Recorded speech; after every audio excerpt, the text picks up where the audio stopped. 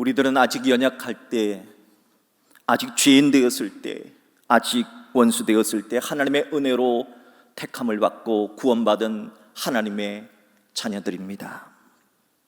그리고 주님의 몸이라 불리는 교회에 몸을 담게 되었습니다. 그렇다면 교회 생활은 어떻게 해야 하는 걸까요? 하나님은 오늘 로마서 12장 1절로 8절의 말씀을 통해 그 답을 주고 있습니다. 이제 저와 함께 하나님께서 말씀해 주신 교회 생활은 어떻게 해야 하는가, 로마서 12장 1절 말씀부터 살펴보도록 하겠습니다. 로마서 12장 1절입니다. 그러므로 형제들아. 로마서 12장이 그러므로 하고 시작하는 것은 정말 중요한 의미가 있습니다. 왜냐하면 지금까지 로마서는 1장부터 11장까지 어떻게 하면 구원을 받을 수 있을까 하는 구원에 관한 교리에 대해서 말씀을 해왔습니다. 그러다가 로마서 12장부터는 구원받은 사람은 어떻게 살아야 하느냐 하는 생활편을 이야기하기 시작합니다. 그러므로 로마서 12장은 지금까지 하나님의 은혜로 구원을 받았다면 어떻게 생활을 해야 하느냐, 그러므로가 되는 겁니다. 그래서 로마서 12장은 그러므로 형제들아 하고 시작하게 됩니다. 과연 하나님은 구원받은 사람들이 어떻게 교회 생활을 해야 하는가? 자, 말씀을 들으십시오. 내가 하나님의 모든 자비하심으로 너희를 권하노니. 하나님이 권면하신다는 겁니다. 권면은 윗사람이 아랫사람에게 하는 거거든요.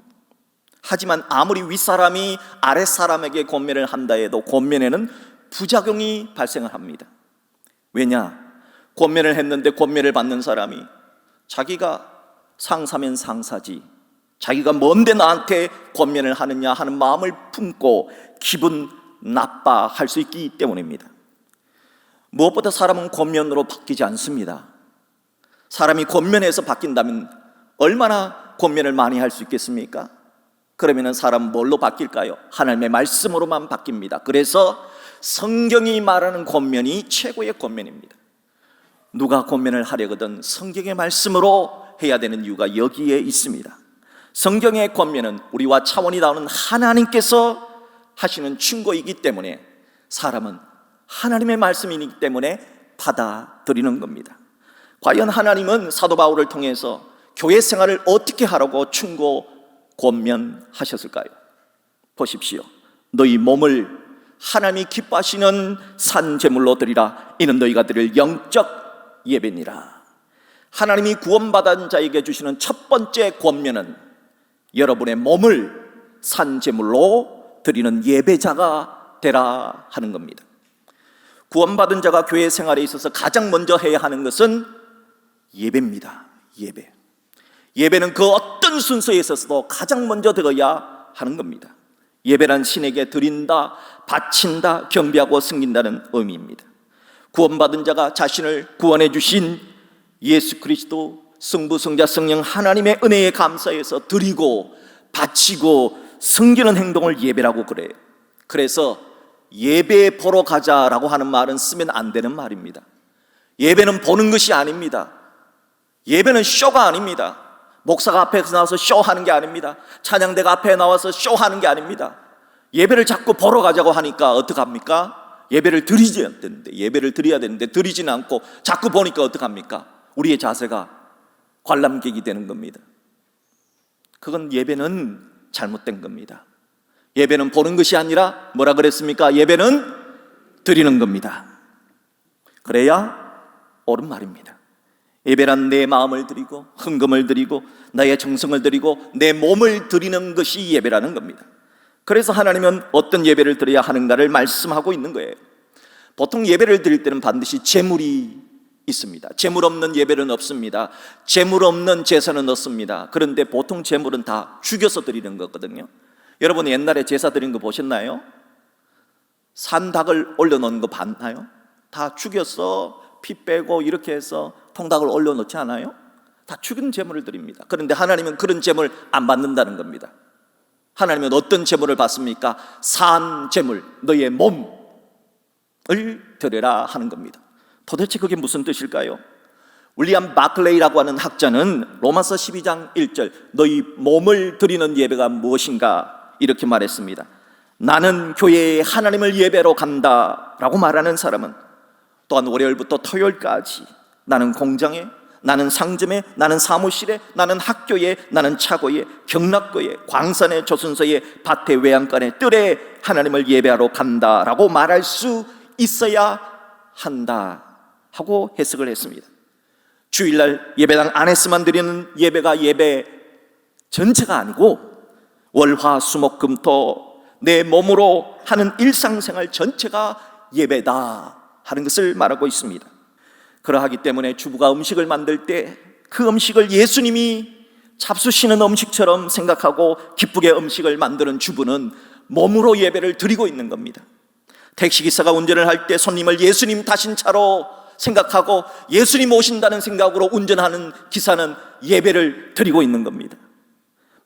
학생들이 공부를 할 때 예수님의 영광을 위하여 기쁜 마음으로 공부를 한다면 그 학생은 몸으로 예배를 드리고 있는 겁니다. 근로자들이 일할 때 예수님이 내가 만든 제품을 사용하신다는 기쁜 마음으로 정성으로 일한다면 그 근로자는 몸으로 예배를 드리고 있는 겁니다. 그리스도인들은 아무 일을 하든지 아무런 삶이 굉장히 다양할지라도 그런즉 너희가 먹든지 마시든지 무엇을 하든지 다 하나님의 영광을 위하여 한다 하면 그것은 몸을 주님께 드리는 예배자가 되는 겁니다.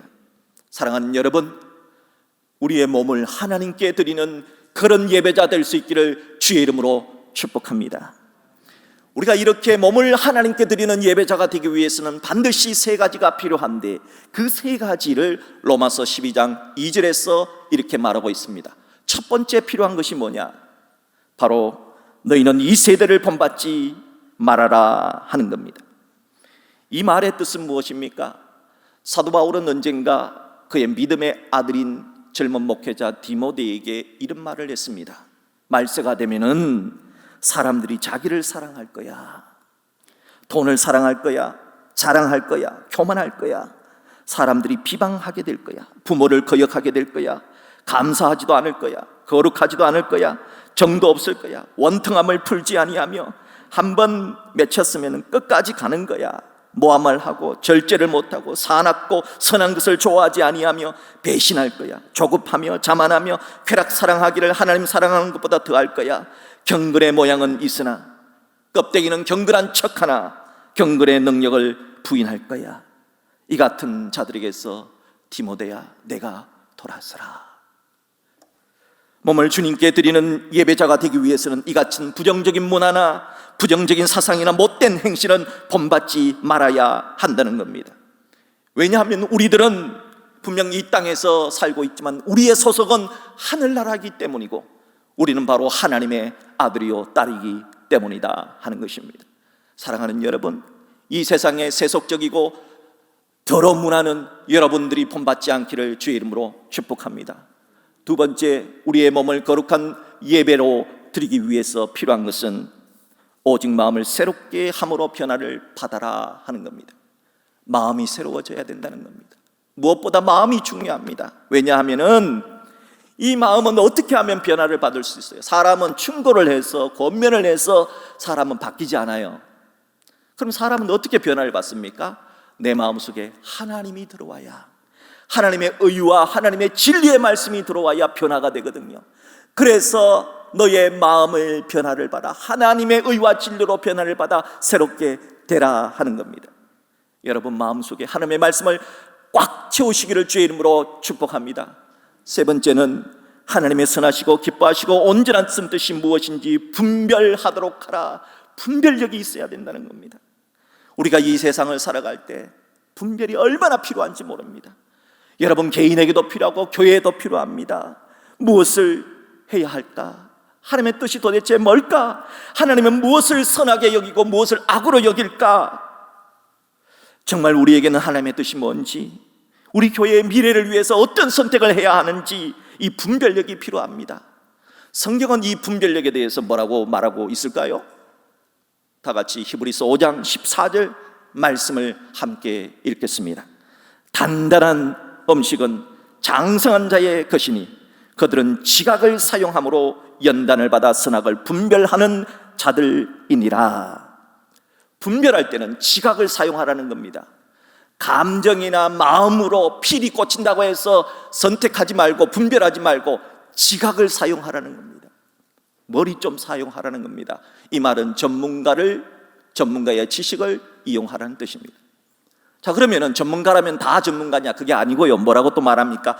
연단을 받아 선악을 분별하는 자들.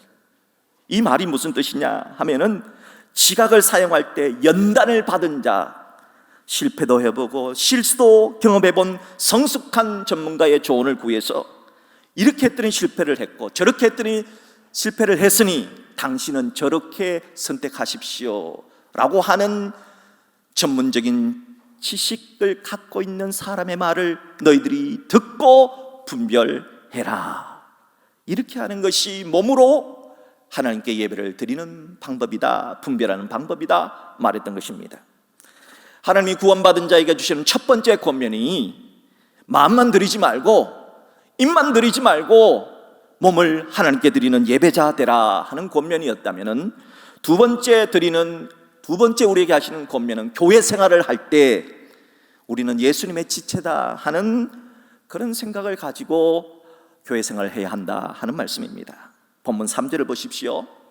내게 주신 은혜로 말미암아 너희 각 사람에게 말하노니 마땅히 생각할 그 이상의 생각을 품지 말고 오직 하나님께서 각 사람에게 나눠주신 믿음의 분량대로 지혜롭게 생각하라.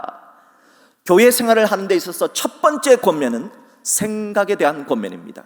생각이 중요하기 때문입니다. 교회에서는 어떤 생각을 해야 할까? 마땅히 생각할 그 이상의 생각을 품지 말고 믿음의 분량대로 생각하라 하는 겁니다. 이 말씀의 뜻은 교회에서는 자기 자신을 너무 높여서 오버해서도 안 되고, 반대로 자기 자신을 너무 낮추어서 나는 아무것도 못하는 바보입니다 라고 해서도 안 된다는 겁니다. 여러분이 바보입니까? 아니거든요. 근데 어떤 사람은 진짜 아무것도 못하는 바보처럼 생각을 하는 사람이 있어요. 그래서 성경은 말합니다. 지나친 겸손은 교만이다는 겁니다. 하나님께서 우리에게 믿음의 은사를 주셨습니다. 믿음을 주셨습니다. 여러분 다 믿음을 가진 사람 아닙니까? 여러분에게는 믿음의 분량이 있어요. 그 믿음의 분량대로 생각하라. 너무 높게도 생각하지 말고 오바도 하지 말고 너무 자신을 비하시키지도 말아라. 하나님이 주신 믿음 그 정도 수준에서 생각하라 하는 겁니다. 여러분, 우리는 흔히 예수님은 교회의 머리라고 말합니다. 생각이 어디에서 나옵니까? 머리에서 나오잖아요. 그렇다면 교회의 생각은 누가 해야 되는 겁니까? 예수님이 해야 되는 거죠. 그런데 교회에는 머리 대신 예수님을 제쳐놓고 자신이 예수님인 양 자신의 생각을 주장하는 자가 있습니다. 아담과 하와가 왜 타락을 했습니까? 아담 하와가 타락을 한 이유는 나도 하나님 될 수 있다, 마땅히 생각할 그 생각을 오버해서 생각했기 때문 아닙니까? 마땅히 생각할 그 이상을 생각하면 결국 주님의 몸인 교회는 갈등이 생기고 해가 됩니다. 그래서 교회 생활의 첫 번째 권면은 생각을 믿음의 분량만큼 생각하라 하시는 겁니다. 사랑하는 여러분, 하나님이 여러분에게 주신 그 믿음의 분량만큼 지혜롭게 생각하시기를 주의 이름으로 축복합니다. 두 번째, 하나님께서 바울을 통해서 주신 교회 생활의 권면은 바로 우리는 예수님과 한 몸이다 하는 의식을 가져라 하는 겁니다. 본문 4절과 5절을 보십시오. 우리가 한 몸에 많은 지체를 가졌으나 모든 지체가 같은 기능을 가진 것이 아니니 이와 같이 우리 많은 사람이 그리스도 안에서 한 몸이 되어 서로 지체가 되었느니라. 교회를 사람의 몸으로 비유를 한다면 교회는 눈의 역할을 하는 성도도 있고요, 코의 역할, 입의 역할, 손의 역할, 발의 역할을 하는 성도도 있고, 우리 겉으로는 드러나지 않지만 속에 위장과 같은 역할, 대장과 같은 역할, 소장과 같은 역할, 십이지장과 같은 역할을 하는 그런 귀중한 역할을 하는 성도들이 있습니다. 그러하기에 모든 교인들은 다 소중합니다. 겉으로 드러나는 손과 발만 소중한 게 아니고 눈만 소중한 게 아니고 다 소중한, 여러분 10손가락 물어보세요. 안 아픈 손가락이 있나? 여러분 우리는 다 한 몸이에요. 근데 손이 발보고 야 너는 나보다 수준이 떨어진다? 그렇게 해서도 안 되고, 또 자기가 최고라고 그렇게 우겨서도 안 되는 거예요. 서로가 서로를 존경해야 한다. 사랑하는 여러분, 우리 모두가 우리라고 하는 한 몸의 의식을 가질 수 있기를 주의 이름으로 축복합니다. 우리는 예수 그리스도의 손과 발과 같은 존재입니다. 교회 생활에 대한 또 다른 권면은 하나님께서 각자에게 다양한 은사를 주셨다는 겁니다. 그러니까 그 은사를 개발해서 봉사해라는 겁니다. 본문 6절로 8절을 보십시오. 우리에게 주신 은혜대로 받은 은사가 각각 다르다. 은사는 하나님 주신 선물입니다. 하나님은 각각 다르게 은사를 주셨습니다. 여러분의 얼굴을 보십시오. 이 지구상에 70몇 억이 있는데 다 다르잖아요. 왜 달라요? 달라도 뭐라 그래요? 사람이라 그러잖아요. 여러분 얼굴이 다르다고 저건 사람이 아니야 라고 얘기하지 않지 않습니까? 교회도 마찬가지입니다. 교회도 각각 교회마다 달라요. 우리 교회와 다른 교회가 달라요. 하나님께서 우리 교회에 주신 은사가 있고, 고린도 교회에 주신 은사가 있고, 로마 교회에 주신 은사가 있고, 에베소 교회에 주신 은사가 있습니다. 고린도 교회는 9가지 은사를 받았어요. 방언의 은사를 받았습니다. 특별히 병 고치는 신유의 은사를 포함한 9가지 은사를 받았습니다. 에베소 교회도 많은 은사를 받았습니다. 자, 로마서의 1차 수신자였던 로마 교회는 7가지 은사를 받습니다. 무슨 은사를 받았나 볼까요? 혹 예언이면 예언의 은사 받았습니다. 혹 섬기는 일이면 섬기는 은사를 받았습니다. 혹 가르치는 자면 가르침의 은사를 받았습니다. 혹 위로하는 자면 위로의 은사가 있었습니다. 구제하는 자는 구제의 은사가 있었습니다. 다스리는 자는 다스림의 은사가 있었습니다. 긍휼을 베푸는 자는 긍휼의 은사가 있었습니다.